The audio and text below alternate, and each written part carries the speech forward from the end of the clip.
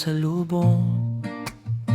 Walang boses ni nanay, walang tawang matatagpuan.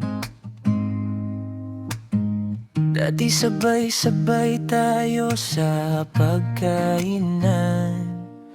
Ngayon plato ko lang ang nakahain sa tapat ko.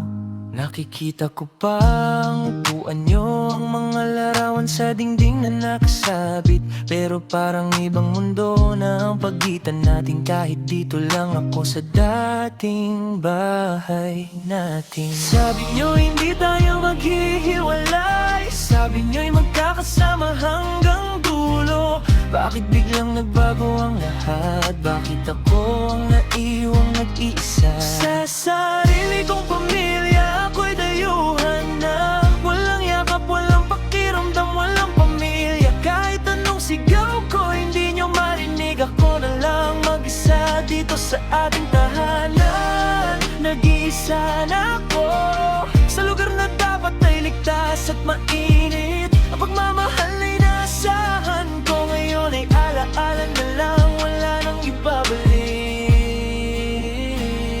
Sinusubukan kong maging matatag, tinitiis ang kirot sa dibdib tuwing gabi. Tinanong ko ang sarili kung ano ang pagkukulang, bakit tila ako na lang ang inyo kayang mahalin. May mga okasyong walang tumatawag, walang nagtatanong kung kumain na ba ako. Ang dating tayo ay naging ikaw, kayo at ako. Pilit na tinatanggap na ganito na ang adhana ko.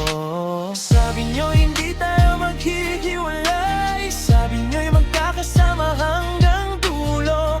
Bakit biglang nagbago ang lahat? Bakit ako ang naiwang nag-iisa? Sa sarili kong pamilya ako'y dayuhan na. Walang yakap, walang pakiramdam, walang pamilya. Kahit anong sigaw ko, hindi nyo marinig. Ako na lang mag-isa dito sa ating tahanan. Nag-iisa na ako sa lugar na dapat ay ligtas at mainit. Ang pagmamahal ay naasahan ko, ngayon ay alaala na lang, wala nang ibabalik. Kung ito ang gusto nyo, susundin ko na lang. Kahit na puso ko yung unti-unting nagdudurog, matututo akong mabuhay nang wala kayo. Kahit na mahirap, kahit na masakit.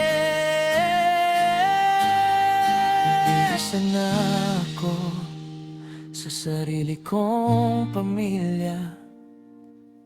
Walang ibang kasama